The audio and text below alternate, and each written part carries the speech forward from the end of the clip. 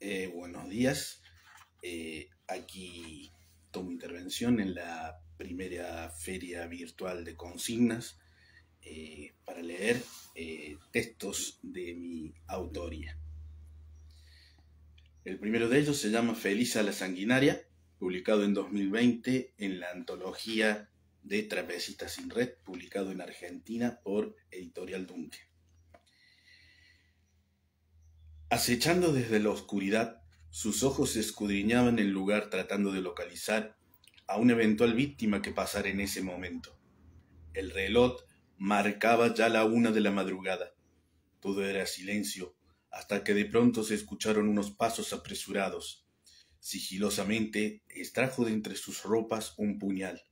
Contuvo la respiración para que no fuera escuchada por la víctima. Los pasos se iban acercando de a poco hacia el lugar donde estaba el asesino. El sujeto, que venía caminando en forma presurosa por las calles empedradas del pueblo, miraba hacia todos lados con temor. De repente, escuchó el ruido del crujir de las hojas secas cuando se pisan.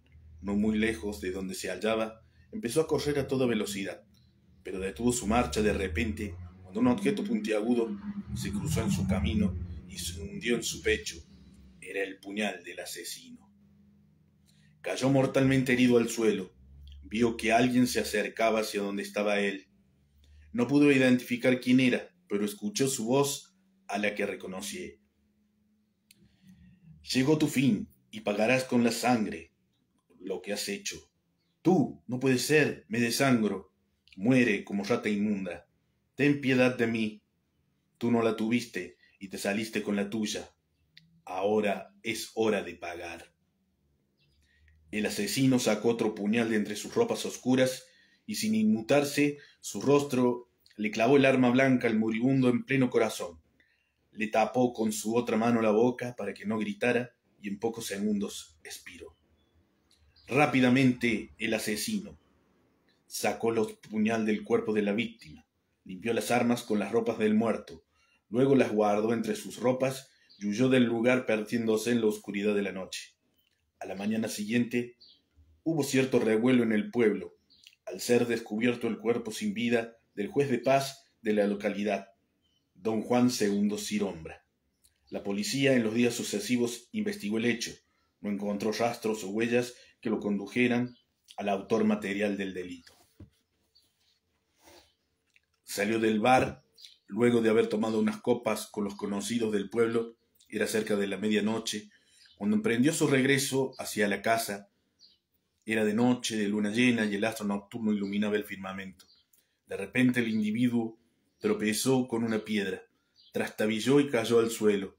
Maldijo por lo bajo e intentó levantarse cuando alguien desde la oscuridad le dijo con voz fuerte: «No te levantes, asesino.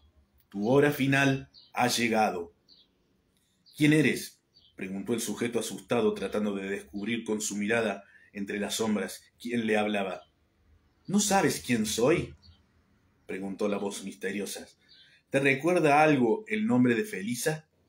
El rostro del sujeto se puso pálido como la cera de las velas de los faroles que iluminaban tenuemente las calles empedradas. Trató de levantarse para huir y un pánico cerval invadió su cuerpo, que le impidió levantarse. «No puede ser. ¿Eres tú?». «Sí, soy Felisa, a la que dieron muerte en el incendio, y estoy ejecutando mi venganza en contra de los autores del incendio de mi casa, donde murió toda mi familia. Sirombra ya pagó su precio con sangre. Tú sigues en la lista». «Piedad, por favor», suplicó el sujeto. «Tengo una familia». «¿Tú tuviste piedad de mi familia?», preguntó la mujer llamada Felisa. «No, el doctor Badaro, abogado prestigioso del foro de la ciudad de San Nicolás, se quedó con las tierras que eran de mi familia, pergeñando con Sirombra el asesinato de mis seres queridos. Te daré lo que quieras, déjame vivir», suplicó el sujeto nuevamente. «No quiero nada», dijo la mujer, que vestía ropas oscuras. Metió una de sus manos debajo de la capa que cubría su espalda y sacó un revólver. Apuntó hacia la cabeza del hombre. Este cerró los ojos Apretó el gatillo y en una fracción de segundo la cabeza del individuo reventaba como una pasa de uva, como consecuencia del estallido de la bala en el cráneo. El cuerpo cayó inerte en la calle sobre un charco de sangre. La mujer contempló la escena, la luna iluminó su cara, rostro desfigurado por las quemaduras que habría sufrido en aquella noche trágica del incendio donde pereció toda su familia. La venganza se ha cumplido, padre, madre, hermano, pueden descansar en paz. He cumplido mi cometido. Ahora una poesía de una antología en la que participé, que se llama Tu voz en la pluma, la poesía Tal vez. Tal vez fracase en conquistar tu corazón, quizás nunca conozca el motivo o la razón de haber dado todo por ese gran amor imposible, que me condujo por un camino sinuoso e intransitable. Tal vez me ilusione demasiado por tenerte a mi lado, que todas mis esperanzas, como el humo, se han esfumado. Nada queda de aquel amor que se perdió en la oscuridad, ya que pereció por culpa de tu maldad. Tal vez debo dejar de pensar en aquello que no sucedió, pero el fantasma de tu recuerdo me enloqueció, haciéndome pasible de la amargura más honda y melancólica que trato de ahogar y callar esta pena en bebida alcohólica. Tal vez esas sombras que rondan en la noche sin luna deja su rastro frío sin despertar emoción alguna, solo el desprecio de tus carnosos labios rojos que se transformaron alguna vez en la obsesión de mis ojos. Tal vez deba dejar pasar el tiempo para que borre tu recuerdo, porque de tanto pensarte y amarte he dejado de ser cuerdo, y en esta locura que se ha tornado mi enfermedad de amor, espero que alguien escuche en el silencio mi clamor. De otras de mi libro de mi autoría, que se llama Letras Rebeldes, en los cuales la mayoría de las poesías de este libro, publicado en febrero de este año, surgen del grupo de WhatsApp de Poetas en Rebeldía, y voy a leer una poesía de ellas que se llama Rosa Azul. Rosa azul, un sueño imposible, quimeras nacidas de la utopía lejana, de un amor idílico que un día fue real, le dio un sentido a mi existencia errabunda cuando andaba extraviado. Rosa azul, te hiciste parte de mis días, cambiaste mi forma de vida, como el sol que asoma en el amanecer, iluminando con tu bella sonrisa, cristalina y cantarina, todo el universo que nos rodeas. Rosa azul, bello recuerdo lejano, ojalá vuelva a encontrar tu rastro para seguir el camino de tus pétalos, para volver a tenerte entre mis brazos. Otra obra de mi autoría es de la antología que participé con el grupo del Reino Olvidado, que se llama Antologías del Alba, y uno de sus cuentos se llama Las Cajas. Cuando alguien percibe pocos ingresos por sus trabajos y está acuciado por las deudas, el panorama se agrava mucho más cuando se tiene una familia a cargo.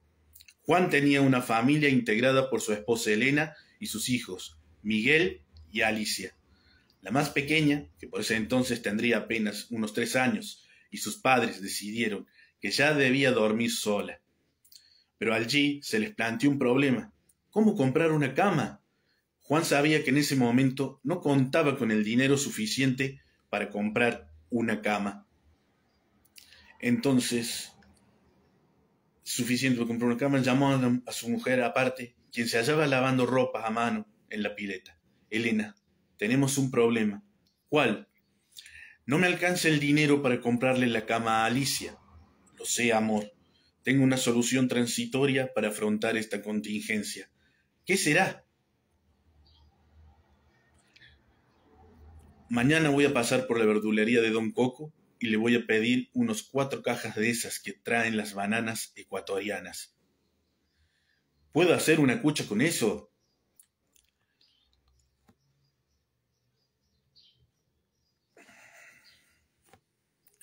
Elena emitió una fuerte carcajada, miró a su marido y le dijo: Ya lo sé, cielo. Deja que me ocupe de la situación. Tú tienes demasiadas preocupaciones dentro de tu cabeza. A la mañana siguiente, Elena fue hacia la verdulería. La atendió don Coco, hizo su pedido y le solicitó las 4 cajas vacías de bananas ecuatorianas. El verdulero demoró unos minutos y le entregó a la mujer lo solicitado. Elena cargó con las cajas, ayudada por una vecina. Ya en su casa, tomó las cajas, las abrió y comenzó a llenar la primera con ropa de invierno que ya no se utilizaba, la segunda con revistas y diarios viejos que coleccionaban su esposo e hijo, la tercera con juguetes que no utilizaban los niños y la cuarta con libros. Una vez llena cada una de las cajas, las cerró, las colocó sobre ellas algunas colchas y sábanas de modo de colchón, luego otra sábana, una almohada y finalmente el cubrecama. La cama de su pequeña Alicia estaba lista. ¡Alicia! A los pocos minutos llegaba la niña saltando y cantando. Sí, mamá, acá estoy. Tengo una sorpresa para vos. ¿Qué es? Preguntó ansiosa la niña. Tu cama, señaló hacia el rincón de la habitación donde se hallaba. Los ojos de Alicia se abrieron muy grandes por el asombro. Rápidamente fue hacia ella, tomó una muñeca que estaba sobre la cama y se puso a jugar. Esa cama, pese a su dura superficie, amortiguada por colchas y sábanas, fue el punto de partida de los sueños de Alicia, quien deseaba cazar una estrella fugaz para pedir solo un deseo, que su papá tuviera un mejor trabajo. Entre el sueño y la realidad de la infancia, el deseo se hizo realidad. Juan tuvo una oportunidad de conseguir un mejor trabajo y al poco tiempo Alicia tuvo una nueva cama. Alicia creció, se hizo mujer, recorrió otros lechos, donde lloró, conversó, amó, sonrió, conoció a su gran amor, donde con su amado gestó la vida de 4 hermosos niños que hoy corretean y alegran su vieja casa de la infancia, pero permanecen en sus recuerdos aquellas 4 cajas de cartón, que fue donde se formaron sus sueños de infancia y el amor de sus padres por ella. Otro cuento de mi autoría es del libro Ensalada, antología de cuentos. El cuento se llama La Caperucita Roja, versión del Lobo Feroz. Todos me conocen como el Lobo Feroz, el malo de la historia de Caperucita Roja, pero voy a narrarle mi versión de los hechos de cómo sucedieron. Todos me acusaban en el bosque de acechar en el camino y de devorarme tanto a las personas como los animales que habitaban en aquella zona, lo cual no era cierto, porque mi área de caza se hallaba en las altas montañas, lejos de la presencia del hombre y de la civilización. De vez en cuando había que arriesgarse a bajar hacia los poblados, para buscar comida en tiempos de escasez. Fue en esa época que me crucé a una niña con una caperuza roja, que llevaba una canasta con carne asada, a juzgar por lo que mi olfato olisqueó en el aire. Andaba con hambre, porque hacía ya unos cuantos días que no me alimentaba, pero lo que más deseaba era aquel pedazo de carne asada jugosa que llevaba la infante. ¿Hacia dónde vas, niña?, le pregunté. A la casa de mi abuelita. Y no hablo con desconocidos, me respondió rápidamente y echó a correr. Decidí seguirla a la distancia. Ni bien se descuidara, tomaría el pedazo de carne y me ocultaría entre la espesura de la vegetación del lugar. Quiso el destino, para mi suerte, que la niña se entretuviera en el camino a recoger flores, dejando la canasta sobre la orilla del camino, momento que aproveché para acercarme sigilosamente hacia mi objetivo. Levanté la tapa de la canasta, allí estaba la carne, rápidamente la tomé con mis dientes y desaparecí entre la espesura, pero la niña alcanzó a verme cuando me perdí entre la vegetación y comencé a gritar. Un cazador que andaba por el lugar oyó los alaridos, rápidamente corrió hacia el lugar y al llegar preguntó: ¿Qué ocurre, niña?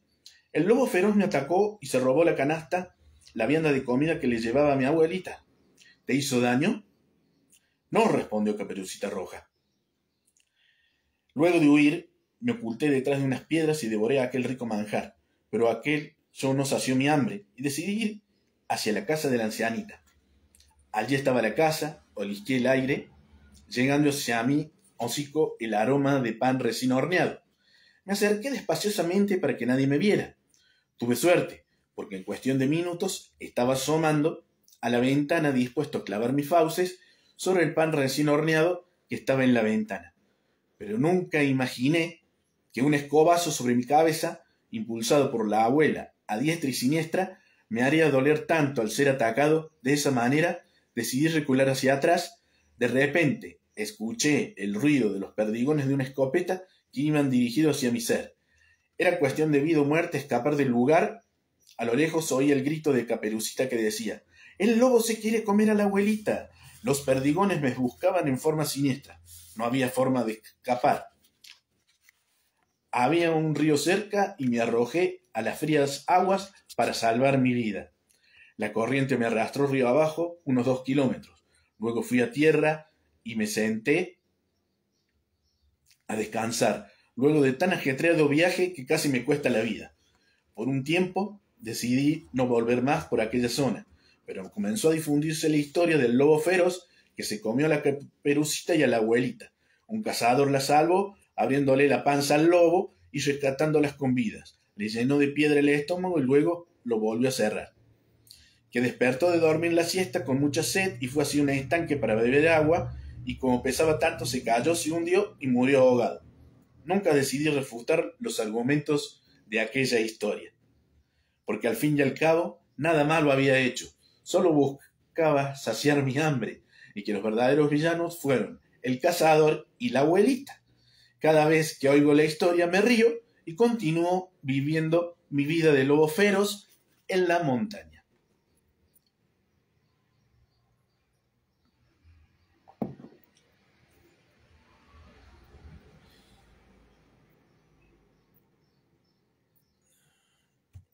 Otra de mis poesías, en mi libro de Letras en Rebeldía, se llama Pies alados.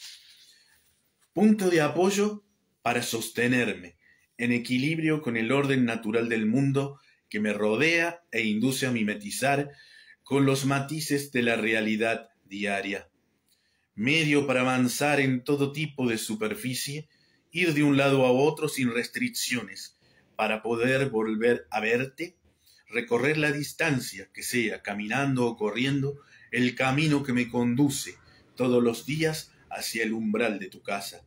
Pies alados como los del dios Mercurio me llevan a tu lado en un momento, movido por el noble sentimiento de amarte como nunca antes lo había hecho. Otra de mis obras, leo otro cuento que se llama Sallén y Yuco. Corría el año 1870, la expedición del coronel Lucio B. Mansilla se dirigía con su grupo de soldados hacia el campamento del cacique Ranquel en su reunión con el cacique Pangitruch War, que significa en Ranquel zorro cazador de plumas, que se hacía llamar Mariano Rosas, nombre que le había dado su captor Juan Manuel de Rosas. El motivo del viaje era convencer al cacique de trasladarse a la comandancia de Río Cuarto, provincia de Córdoba, para refrendar un tratado de paz con el gobierno argentino. Parte integrante de ese contingente iba hacia La Pampa, se hallaba el soldado Lisandro Sosa, quien tenía una historia bastante particular con la hija del cacique Sallén, atento que le había salvado la vida cierta noche, cuando un puma quiso acabar con la vida del joven, y el soldado, trenzándose en lucha cuerpo a cuerpo con la bestia, le clavó su puñal en el corazón del animal y, recibiendo heridas de las garras del mamífero en su rostro y en su cuerpo, salió triunfante de la lucha. Después de aquella lucha, los ranqueles bautizaron al soldado como Yuco, que en mapuche significa afilado, por el arma con la que mató al puma. Desde ese momento, el blanco dejó buenos recuerdos de su paso por la toldería. Ahora estaba nuevamente entre los ranqueles, acompañando a su superior, el coronel Lucio de Mansilla. Descendió de su caballo zaino y sacó unas zanahorias para alimentar a su caballo, cuando una mujer joven se acercó, envuelta en una manta de guanaco, al militar. El hombre se percató de la presencia de alguien detrás de él, dióse vuelta y se topó con la mirada de la joven morena. Hola, Sayen. ¿Cómo estás? Hola, Yuko. Hace varias lunas que no te veo. Anduve por otras tierras, lejos de la toldería. Escuché de que eres la prometida de Nahuel, hijo del cacique Shenke, el araucano que vive más al sur de vuestros dominios. Lamentablemente, mi padre firmó un tratado con el cacique Shenke, y yo soy parte del pacto en que debo ser la esposa de Nahuel, para acrecentar los dominios de los araucanos y ser aliado de su pueblo. No te veo muy conforme de que sea parte de ese trato. No, aparte no conozco a Nahuel solo de vista, cuando anduvo por aquí hace cierto tiempo. Pero Yuko, al escuchar las palabras de la joven, sintió enojo consigo mismo, y es que había estado pensando mucho en Sayen. Quería hablar con el cacique y pedirle la mano de su hija, pero al tomar conocimiento de que los ranqueles habían celebrado un tratado con los araucanos, había cambiado sus planes. Miró a la joven, que todavía seguía a su lado, y le dijo: Sayen, debo decirte algo, que desde hace tiempo lo guardo en secreto aquí en mi corazón. Hizo una pausa breve. Es que siento algo por vos y no dejo de pensarte día y noche. Creo que te empecé a amar desde el primer día en que te vi. Yuko, susurró ella. Amor mío. Esperaba tanto esas palabras. Ella se abalanzó a los brazos de él, y éste la tomó por la cintura y sus labios se unieron por vez primera en un beso apasionado. Vayámonos lejos, amor, suplicó ella. No quiero ir con los araucanos. Lo sé, mi amada Sayen. Déjame que vaya preparando la fuga. Por unos días debo permanecer en la toldería junto a mi tropa. Así pasaron los días. La pareja de novios se encontraba al anochecer en la tienda de Sayen, donde daban rienda suelta a su pasión los jóvenes amantes. Transcurrida una semana, llegó a la toldería el mensajero del cacique Yanque. Este descubrió casi por casualidad a la hija del cacique Rankel besando a un extraño. Rápidamente el mensajero, al percatarse de que aquello significaba la ruptura del acuerdo entre ambas tribus, dio media vuelta en su caballo para emprender el regreso a su nación. Yuko se había percatado de la presencia del mensajero. Rápidamente salió tras él y arrojó unas boleadoras hacia las patas del caballo del araucano. El arma alcanzó al animal, enredándole las patas de atrás, haciéndolo caer al jinete y a la bestia en el suelo. El araucano, quejándose del dolor por el golpe recibido, vio a su captor que se acercaba. Winca, has desatado la furia de los dioses por entrometerte con la hija de un cacique amigo de Shenke. Pagarás con tu vida. Shenke no tiene por qué entrometerse ni enterarse, porque ahora Sayen, la hija del cacique Panquitrus War, es mi mujer. Mi pueblo se vengará de los ranqueles y de los blancos por esta afrenta. ¿Quién se lo dirá?, dijo Yuko. Creo que los Wincas agradecerán que te lleve con ellos y puedo obtener de ti alguna información que les sirva. Aparecieron dos soldados que tomaron a araucanos y a golpes lo hicieron levantar del suelo, llevándolo prisionero. Rato después aparecieron en el lugar el coronel Mansilla y cacique Panquitrus War ante Yuko. Te has ganado mi respeto y admiración, Yuko, dijo el cacique Panquitrus War, como así el cariño de Sayen. Observó a su hija, que venía desde una de las tiendas. Aquí con el coronel Mansilla hemos llegado a un acuerdo de paz. Ese acuerdo de paz, dijo Mansilla, han sido tu parte artífice del mismo, pero deberás cumplir una orden que debes cumplir al pie de la letra. Allí le explicaron a Yuko lo que debía hacer para que el acuerdo entre los blancos y los ranqueles llegara a cumplirse. A la madrugada, Yuko y el araucano abandonaron la toldería con rumbo incierto. A unas 20 leguas de la toldería, Rankel se detuvieron. Yuko cortó las ligaduras de la soga de las manos del aborigen. Puedes irte, y le pegó con su mano a la grupa del caballo donde iba montando el araucano. Los araucanos se vengarán y sabrán la verdad. A pocos metros, alguien desde la espesura sacó un fusil y disparó contra el hombre, hiriéndolo de muerte. Yuko, al oír el disparo, buscó el origen del disparo que cercenó la vida del araucano y que había provenido de la maleza. No pudo descubrir al asesino. Volvió a la toldería, donde dio la noticia de la muerte del araucano. El cacique Panquitrus War envió mensajeros al cacique Yanque de la muerte de su mensajero. Mansilla y sus soldados volvieron al fortín de Río Cuarto junto a Yuko y Sayen. Yuko renunció a seguir siendo soldado y se fue a trabajar de peón en una estancia de la zona de Altagracia en la provincia de Córdoba.